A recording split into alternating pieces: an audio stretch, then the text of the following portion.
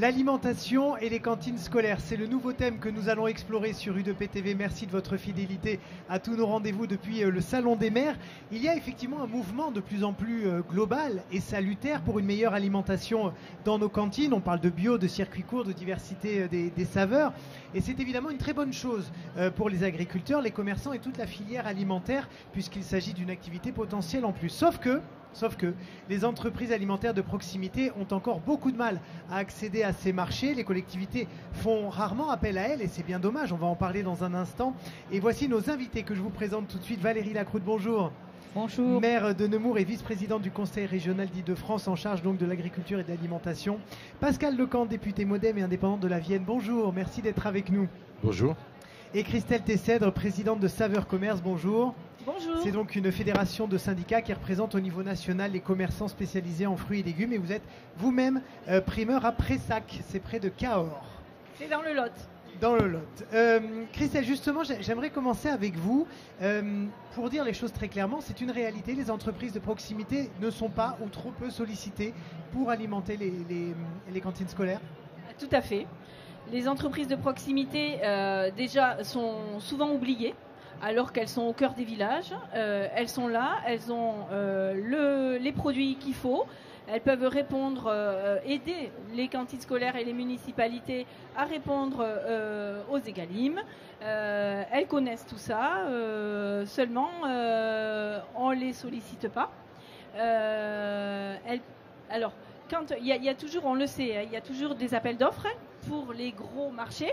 Mais il y a les petits marchés dans les petites communes. Il n'y a pas besoin d'appel d'offres parce que bien souvent, ce sont des petites sommes. Ça ne dépasse pas les 10 000 € par an. Donc, elles pourraient intervenir sur ces marchés, mais jamais elles sont sollicitées. On ne pense pas à elles. C'est bien dommage. En Île-de-France, comment ça se matérialise? Alors peut-être dans votre ville d'abord et puis on parlera de l'Île-de-France après. Oui, avec grand plaisir, parce que le jamais, ça ne marche pas chez moi, puisque j'ai la chance d'avoir à Nemours, donc commune de 13 000 habitants, la chance d'avoir une cuisine centrale et depuis maintenant 14 ans que je suis maire, nous faisons appel aux producteurs locaux, agriculteurs et petites entreprises de l'industrie agroalimentaire. Nous avons démarré avec un repas par mois, parce que ce qu'il faut quand même savoir, c'est que c'est compliqué quand on fait 900 repas par jour, de commander des poulets à nos agriculteurs du coin pour pouvoir faire 900 repas. En termes de quantité, c'est jamais facile et donc il a fallu que nos agriculteurs s'adaptent. Donc ça a pris un petit peu de temps. Et donc on est passé d'un repas par mois à maintenant 40% de produits locaux dans nos cantines, dans les assiettes des enfants au quotidien. Effectivement, au travers de marchés publics, de petits marchés publics, parce que même si on est effectivement sous des enveloppes qui sont sous les seuils, il faut quand même qu'on puisse démontrer qu'on est allé chercher différents partenaires. Et donc, on a mis en place tout un travail, une convention avec la Chambre d'agriculture pour qu'on puisse travailler sur ce sujet et mettre des produits locaux dans les assiettes des enfants. Et sur la région Île-de-France, mais j'y reviendrai peut-être tout à l'heure, on est aussi en train de faire la même chose au niveau des lycées. Il y a une centrale d'achat aussi qui a été mise en place, oui, mais justement on va venir après. Juste, je voudrais savoir un petit peu dans la Vienne comment ça se passe également. Dans la Vienne, je ne sais pas si je réponds en tant que député ou en tant qu'ancien maire. J'étais maire il y a encore un an, donc je rebondis sur ce que vient de dire la représentante du CGAD. C'est vrai que moi je suis député d'une circo de 120 communes, dont la plus grande a 6 000 habitants. Donc en dessous d'une certaine taille critique, c'était le cas, ma commune avait 3 000 habitants, c'est compliqué les marchés publics pour atteindre les objectifs. Vous avez fait une cuisine centrale, ça vous permet de le faire. Nous, on a la chance aussi d'avoir beaucoup d'agriculteurs et dans ma commune, on a réussi à faire 19% de bio et plus 50% de circuits courts parce qu'on est dans une zone rurale. Mais il faut sans doute libérer un peu les marchés publics en dessous d'une certaine taille pour permettre aux gérants de ces petites cantines d'aller directement avec la volonté des maires. Il y a quand même une chose qui a très bien marché. Ces PAT qui ont été critiqués ou pas critiqués, aujourd'hui, ils couvrent tout le territoire. Sauf qu'ils sont inégalement. Moi, je vous ai parlé de 20-60, là, chez moi. Vous avez parlé de vos résultats. Mais au total, les PAT, c'est, de mémoire, 13% de bio aujourd'hui sur les communes qui sont dans ma commune, donc les 2 tiers. Et la moyenne nationale, c'est 6,6. Donc on a un tiers de communes encore qui n'ont pas, et le gouvernement a fait des choses. La cantine à 1 euro, que j'ai mis tout de suite en place, c'est quand même 3 euros du gouvernement, enfin de vous tous, de tous les contribuables, pour 1 euro de la commune. Donc il y a des choses qui ont été faites. Il faut qu'on puisse rapprocher les décideurs d'achat dans les cantines des producteurs locaux, ça c'est évident, ce qu'on essaie de faire, et éviter, parce que si on veut toujours avoir une certaine taille pour faire ces appels d'offres avec des cahiers des charges un peu lourds, c'est les grands groupes qui vont en profiter. Je ne les nommerai pas, mais on les connaît. Et ces grands groupes ne font pas les menus des cantines parce qu'ils généralisent au niveau national. Donc ils vont se procurer les choses très loin. Ils font des menus beaucoup plus uniformes et ils iront beaucoup moins vers les produits locaux et vers les produits bio. Donc je pense qu'il faut revenir un peu vers le territoire. Là, j'ai fait un amendement dans ce sens-là. Les PAT, c'est fini. Il n'a pas été pris, il a été boulé au 49.3, mais je l'ai envoyé à un collègue sénateur pour qu'il le représente là maintenant. Parce qu'à un moment donné, il faudrait qu'on puisse... Les PAT, c'est fini, ils sont tous signés. Mais il faut qu'on mette le qualitatif, le contrôle dedans. Dire que dans tel type de produit, si on est en Bretagne, tous les ports doivent... Tout ce qui est de port doit venir à moins de 20 km. Mais il faut qu'on aille plus loin dans le contrôle pour arriver à faire du circuit court et du bio. Christelle Tessette, il y a quelque chose que Valérie Lacroute a dit et qui m'a interpellé. Effectivement, quand on a 900 repas à faire, est-ce que les commerçants sont assez structurés, les agriculteurs sont assez structurés partout pour répondre à la demande? Peut-être qu'il y a aussi ça. Alors, on va remettre les choses au clair. Parce que moi, je représente des commerçants et pas des agriculteurs. Et là, vous me parlez de producteurs et d'agriculteurs. Alors là, ça me fait hérisser les cheveux sur la tête. Parce que nous sommes là justement pour régler vos problèmes de quantité. Mais si, moi je le sais, j'ai une petite entreprise, j'ai répondu à l'appel d'offres du Grand Cahors, je sers le Grand Cahors. Alors les 900 repas, eux, c'est une petite partie de leur activité, parce qu'ils sont à 1900 repas par jour. Et je les sers. Donc nous sommes capables, nous, de servir vos structures, vos légumeries, vos cuisines centrales. On le fait, mais vous ne pensez pas à nous, vous ne faites pas appel à nous, vous ne nous aidez pas. Vous ne nous aidez pas. Non, mais non. Pas ceux qui sont là sur le plateau, ceux de votre région. Les pauvres, ils sont pour rien. Je parle en règle générale. En règle générale, des élus en règle générale. Mais sincèrement, PAT, oui, moi j'y suis sur le PAT de ma région. On est dessus sur ce PAT, mais quand on voit ce qui s'y passe, sincèrement, il y a beaucoup de vent qui est brassé pour rien. Pour rien, parce que tout simplement, vous avez besoin de 2 palettes de poireaux. Les 2 palettes de poireaux, on est capable de vous les livrer. Et on répond également à ces appels d'offres en tenant compte des RNM, en tenant compte des prix du marché. Il ne faut pas penser qu'on n'est pas capable de le faire. Mais si, vous faites appel qu'à des producteurs et vous me dites qu'ils n'ont pas assez de poulets pour répondre à votre demande. Mais ça se comprend. Ça se comprend. Nous, on est là pour centraliser. Alors, oui, répondez, puis sur la centrale d'achat, oui, parce que peut-être que je n'ai pas été suffisamment claire. On ne fait pas appel qu'à des producteurs. Mais on a un travail en direct avec nos agriculteurs, producteurs, parce qu'ils sont sur le territoire et eux ont envie de travailler en direct avec nous. Et on a parallèlement à ça, parce que c'est que 40% de ces produits, on a parallèlement à ça, on travaille avec des commerçants, des commerces sur le territoire, sur l'Île-de-France, parce que moi je suis en Île-de-France, avec qui c'est eux qui se chargent de nous fournir en produits français, puisqu'on essaye aussi d'acheter du français, parfois du bio, mais même si c'est un peu plus compliqué. Et donc on essaye d'être le plus court possible en termes d'achat. Voilà, donc je ne peux pas vous dire mieux. C'est en tout cas ce qu'on fait au quotidien, et la région Île-de-France aussi, puisqu'on a, et je vous invite à aller regarder sur la plateforme centrale d'achat de la région Île-de-France, où nous faisons appel à des producteurs, à des commerces, des commerçants, pour venir déposer sur cette centrale d'achat tous les produits qu'ils peuvent mettre, entre guillemets, qu'ils peuvent vendre et mettre à disposition, pour permettre à nos chefs de cuisine dans les lycées de commander au plus près. Donc allez voir cette centrale d'achat, peut-être qu'elle peut correspondre à un certain nombre d'attentes de commerçants d'Île-de-France. Pascal Lecamp, vous comprenez bien évidemment.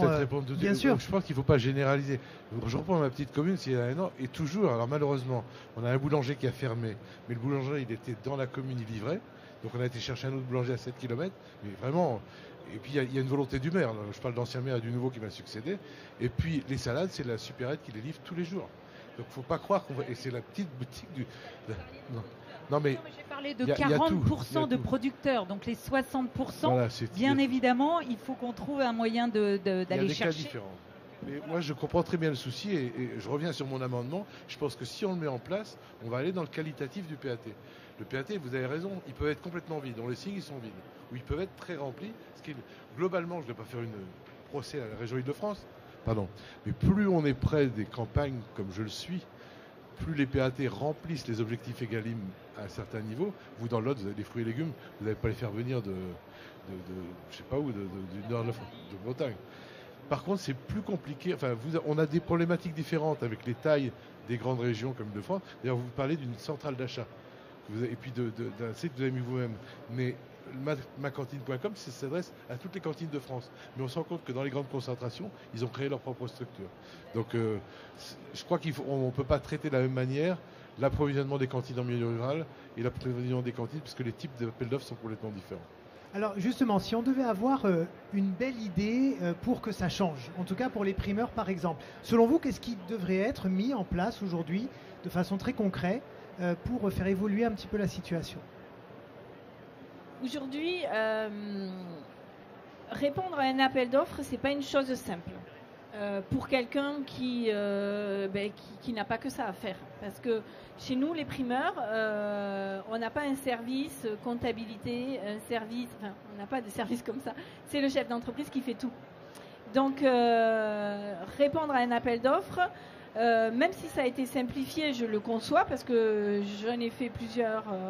Les derniers sont un peu plus simples, mais ça reste quand même quelque chose d'assez difficile à faire pour quelqu'un qui a d'autres tâches à accomplir dans sa journée et peut dire que voilà, nous, notre journée commence à 3h du matin pour finir à 21h. Donc, vous voyez bien que bon, c'est assez difficile. Donc, ça serait simplifier un petit peu cette démarche qu'est l'appel d'offres, de manière à ce que ça puisse être ouvert à plus d'entreprises aujourd'hui.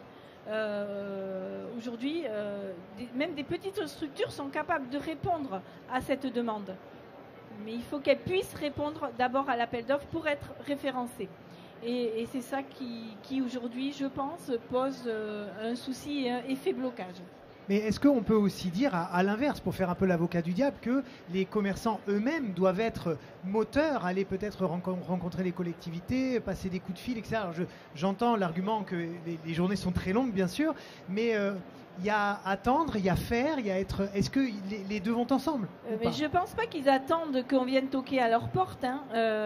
C'est quand même des gens qui essayent d'aller chercher des marchés ailleurs, mais dès qu'on leur dit il vous faut répondre à l'appel d'offres qui va être mis en place à telle date, mais rien que mot appel d'offres, il y a un découragement en fait. Voilà, les décourage parce qu'ils se disent ça va me prendre trop de temps, enfin j'ai pas le temps de faire ça, c'est trop long parce que j'ai essayé une fois, ça a buté sur tel truc. Bon, voilà.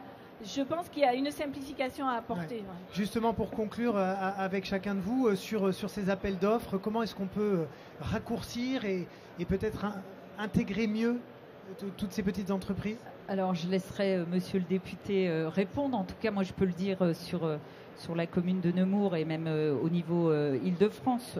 On a simplifié au maximum tout ce qu'on pouvait faire, et notamment sur les petites commandes. Vous évoquiez les petites commandes de moins de 10 000 euros sur la commune de Nemours, puisqu'on sert les enfants de la commune plus 3 autres communes. Et là, sur ces petits marchés, on est en direct, en discussion directe. Alors bien évidemment, après, on formalise quand même un minimum ces achats, ces dépenses, puisqu'on est obligé, puisque même vis-à-vis du trésor public, on n'a pas le choix. Il faut quand même justifier un certain nombre de choses. Et puis si on a un recours d'un de vos concurrents, il faut aussi qu'on puisse justifier le fait qu'il n'y a pas de préférence voilà, injustifiée. Et puis sur la partie appel d'offres, je le disais tout à l'heure, on a tenu aussi le crayon. On ne devrait pas le dire, je ne devrais pas le dire, mais on a aussi tenu le crayon pour aider un certain nombre de producteurs ou de commerces à répondre. Et puis au niveau de l'Île-de-France, cette plateforme d'achat permet de référencer tous les commerçants ou producteurs qui sont en capacité de pouvoir répondre aux commandes des chefs de cuisine des lycées. Donc on essaye d'être sur des démarches les plus simples possibles qui permettent à tout le monde de répondre à cette attente de produits de qualité, de produits de circuit court. Alors Pascal Lecamp sur le volet de la simplification, et ça tombe bien parce que juste après nous avons une émission sur la simplification administrative pour les petites entreprises. Alors on reste alors. Non, je reprendrai un peu ce qu'a dit ma collègue, ancienne députée. Mais nous on a besoin de faire du bien aux gens. Aujourd'hui on se rend compte de ce qui manque, c'est un peu de proximité. Vous avez parlé de petits marchés en dessous de 10 000 €. Si je reprends ma commune, 10 000 € c'est énorme, c'est déjà un gros marché. Mon souci, c'est quand il manque 3 salades, qu'on puisse le livrer. Et si on ne passe pas le contrat avec cet épicier local, même si le jour où j'ai 3 salades ou 3 trop, on peut récupérer l'argent qu'on perd peut-être sur le prix, sur la flexibilité des quantités qui sont apportées au jour le jour. Donc je crois qu'il faut qu'on se donne les moyens, peut-être dans la loi, c'est peut-être notre, qu'en dessous d'un certain niveau, en tout cas pour les petites communes, la confiance prévale sur une administration trop rigide. Enfin, je l'ai vécu, donc je partage ce que vous dites. Ça s'est bien amélioré. Il faut continuer dans ce sens-là. Et je pense qu'en dessous d'un certain niveau de taille, pour aller vers le circuit court, pour aller vers la qualité de proximité, il faut qu'on donne les moyens de la confiance entre les donneurs d'ordre et les producteurs ou les commerçants qui sont autour de vous, parce qu'on y gagne sur le long terme. Cette confiance vous permet de réguler des flux qui sont intempestifs et d'être beaucoup plus près finalement et beaucoup moins de déchets à la fin sur l'ensemble des produits. Donc, oui, parce qu'au bout de la chaîne, il y a la facture qui est à déposer sur une plateforme qui s'appelle Chorus Pro, plateforme qui a été extrêmement simplifiée aujourd'hui et qui permet facilement à tout le monde même de déposer sa facture ou ses factures.